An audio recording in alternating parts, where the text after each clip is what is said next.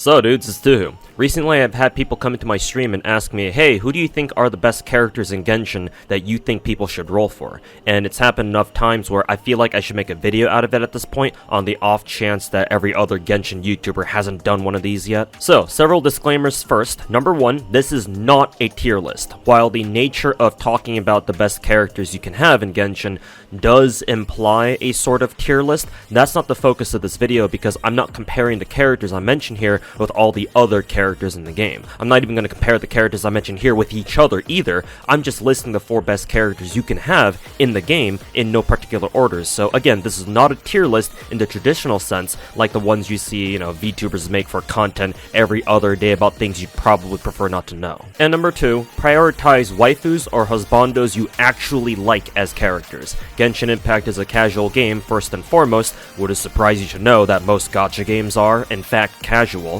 so Genshin is no exception. So roll for characters you like without taking into account their gameplay viability. But if you've gotten this far and the first 2 disclaimers don't apply to you for whatever reason, maybe you're just the type of weirdo who likes meta more than waifus, or maybe you're just curious as to who the best characters in the game are now, then let me give them to you straight right off the bat, then I'll go into detail as to why I think they are the best. The 4 best characters you can have in Genshin Impact as of right now, a little over 3 years into the game, are, again, in no particular order, Raiden Shogun, Nahida, Kazuha, and 1 5-star Hydro character of your choice between Furina, Yelan, or Neuvillette. Let's start with everyone's favorite Archon, Raiden Shogun. You know her, you have her, at least hopefully you do, and chances are you love her too. If Genshin ever has a Miss Universe contest, she'd win every single time because she's in every team you run, and if she isn't, well, why isn't she? She wasn't capping when she said she's trying to pursue eternity or whatever, because considering she was regarded as top tier back when she first came out 2 years ago, and I'm talking about her still in a video like this now in 2024, she sure as hell feels eternal in Genshin's meta. Doom guy who? Raiden is what I call a flex DPS, which is a DPS character who also has good support capabilities. In the context of Genshin, a flex DPS would be someone who can easily be played as both a main or on-field DPS and an off-field at the same time, and can seamlessly switch between them at your convenience. In my opinion, this is a very rare role to have because the vast majority of characters in Genshin are usually codified into 3 distinct roles: an on-field DPS, an off-field DPS, or a support, either a buffer or healer or a mix of both. You can have overlaps between these 3 groups of course, but they're usually between support and off-field DPSs, and they usually lean towards one role more than the other. In contrast, it's hard for on-field DPSs to overlap with the others because it's in the name.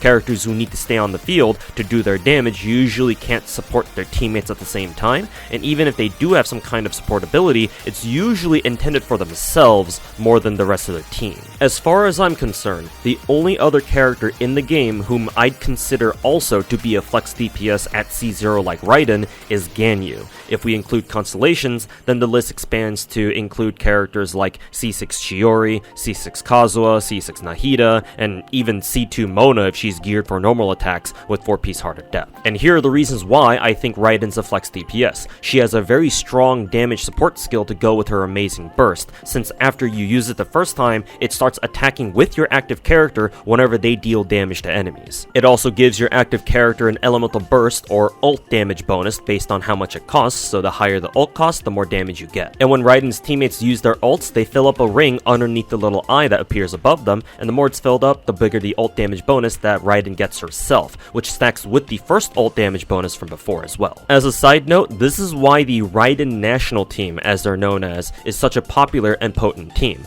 Apart from all the characters other than Raiden herself obviously being obtainable for free at some point, Xingqiu and Xiangling can both get their ults back way faster than normal and deal a lot more damage with their ults thanks to Raiden because both their ults cost 80 energy, the second highest ult cost in the game after Raiden's. Not to mention both of their ults are off-field, which perfectly complement Raiden's on-field DPS role. Oh, and don't forget about Bennett in the back, attack buffing everyone to the moon and keeping Raiden healthy while she goes to town. And while she is ulted, she also generates energy directly for her entire team, including herself, and she has a passive that increases both how much energy she gets this way and her electro damage bonus based on how much bonus energy recharge she has. This means that she wants as much energy recharge stats as possible, which in turn means that she gets even more energy whenever she picks up part particles as your active character, which in turn means that her whole team gets more energy too, as off-field characters get a portion of whatever energy your active character gets. TLDR, Raiden helps her team ult faster and do more damage with their ults, which then helps her do more damage with her own ult, and when she does ult, she can generate a ton of energy back for herself and her team,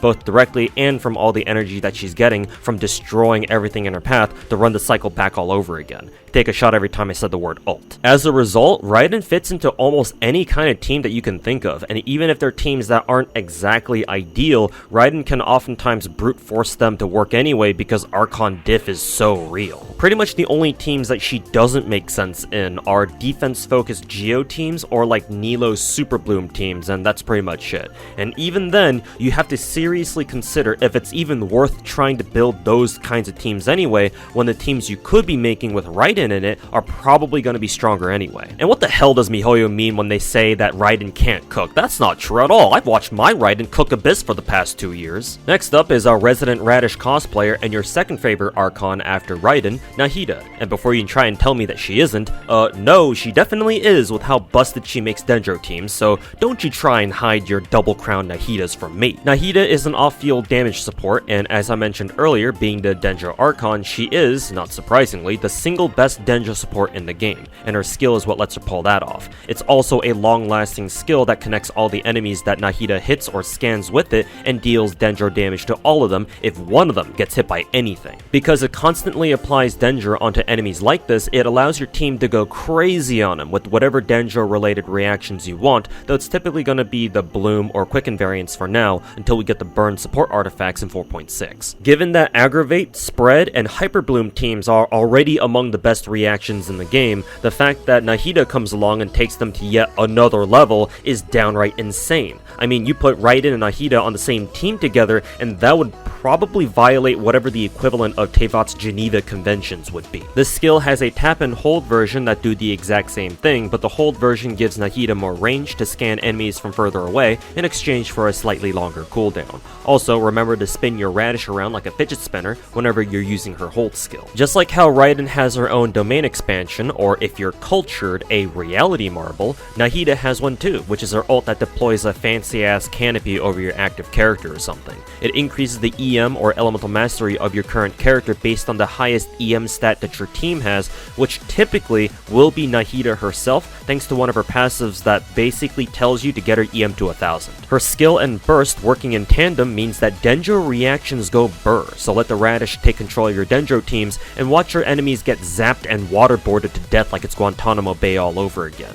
And if the burning reactions get buffed with the new burning support artifacts we'll get soon, get ready to watch the world burn with Nahida too, because I know I sure will. Third on our list is our boy Kazuha. I remember back in the day before he came out that people were calling him basically a 5-star Sucrose. Yeah, they also said Ganyu was a 5-star Cryo Amber too, and look how that turned out. Good times. Surely the community won't make any more horrible calls like that again, right? Anyways, let's get back to our homie Leaf Boy. Whenever he's not stealing people's hats or people's hair, he's a damage support character who can do a good amount of burst damage himself. And out of all the characters in this video, he's by far the simplest one to discuss because his kit is the epitome of simple but effective in Genshin Impact. His damage support comes from his second passive, which gives his whole team an elemental damage bonus based on his EM for a short period of time after he triggers a swirl reaction. The team-wide elemental damage bonus is the key, because while a lot of characters give themselves elemental damage bonuses as part of their kits,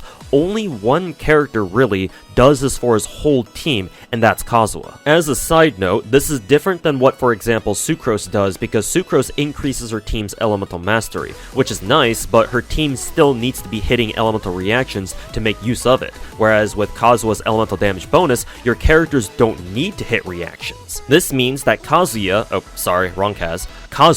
is an incredible enabler of mono-element teams, or in other words, teams that have him and 3 other characters that all share the same element, and until MiHoYo adds another character who also has their own very potent team-wide elemental damage buff, only Kazuha, for the most part, has this sort of support. You can think of it like this. Kazuha is the Nahida of mono element teams. Or actually, now that I think about it, maybe it's more accurate to say that Nahida is the Kazuha of Dendro teams because, Kazuha's been in the game longer than she has. And as I mentioned before, he can also do some great burst damage himself. Kazuha does his best Wario impression by hotboxing enemies around him, so along with Leaf Boy, make sure to call him Fart Boy at some point too. The hilarious part about Kazuha is that even though Anemo doesn't react with Dendro, you can still bring Kazuha into certain Dendro teams like Aggravate for example, because once his ult swirls Electro, it can then start triggering Aggravate on enemies with Dendro on them, which means that he's actually one of the few characters in the game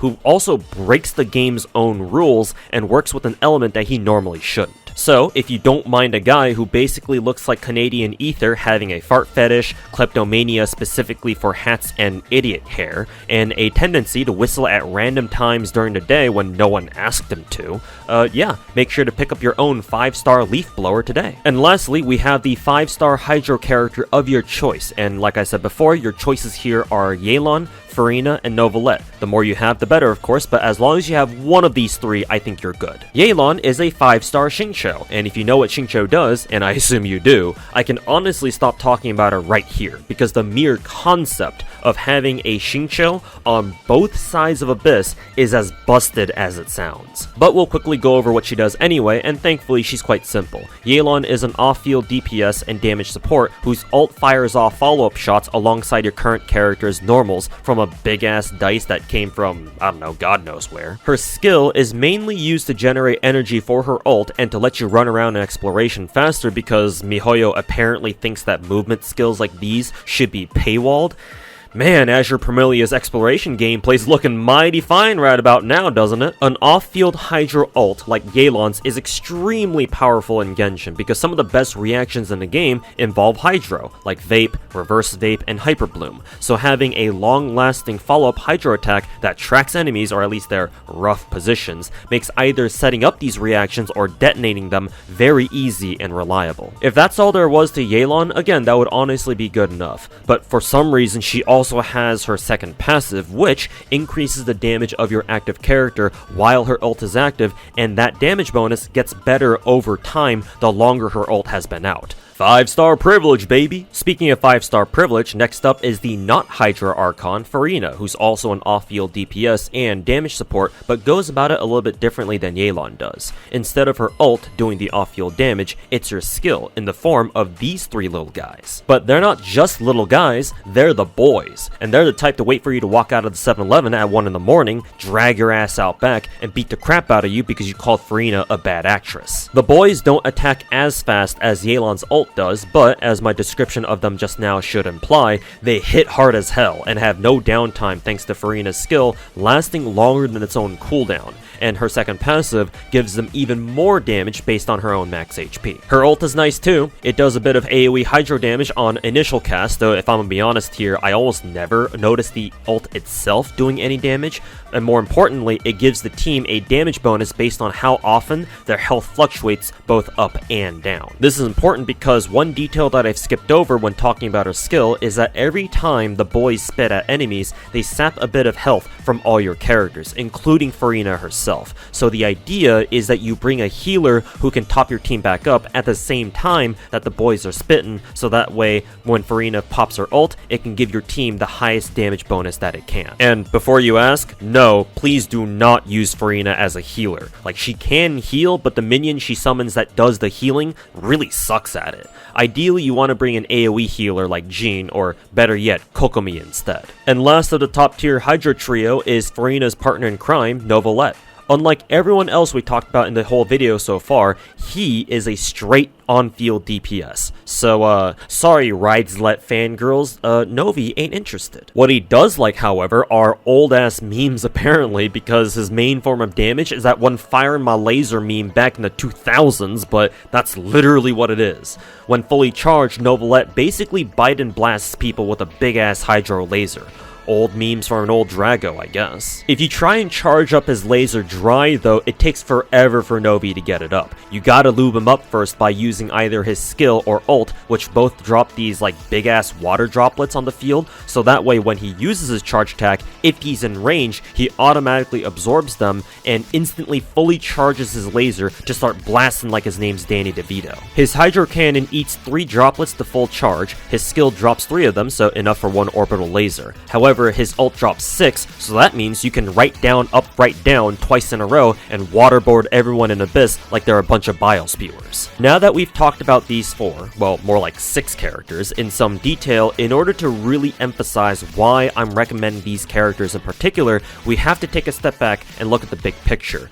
These characters, Raiden, Nahida, Kazuha, and your preferred Hydro character, will likely form the core of any team you plan on using in Abyss. All of these characters, with the exception of Neuvillette of course, have either strong off-field damage or damage support capabilities, or maybe in a mix of both, that allow them to form the backbone of your Abyss teams in a way that most other characters in Genshin simply can't, at least not to the same extent. Even if you want to run other characters, you'll most likely include some of the characters that I mentioned here in this video because they elevate the performance of everyone else on their teams due to how strong they are. And then you have Neuvillette, whose damage output is so bonkers even at C0 that he just kind of forces his way into top tier status just so that he can babysit Furina better. I mean, hey, if she was nervous about meeting Zhongli back during Lantern Rite, she's probably gonna explode as soon as Raiden even looks in her direction, so yeah, probably a good idea to have Neuvillette up there with her too. So if you're missing any of these characters and I've been able to successfully psyop you into rolling for them like a MiHoYo sleeper agent, then keep your eyes open for their future raid ups, and hey, guess what? Neuvillette and Kazuha are both having reruns right now!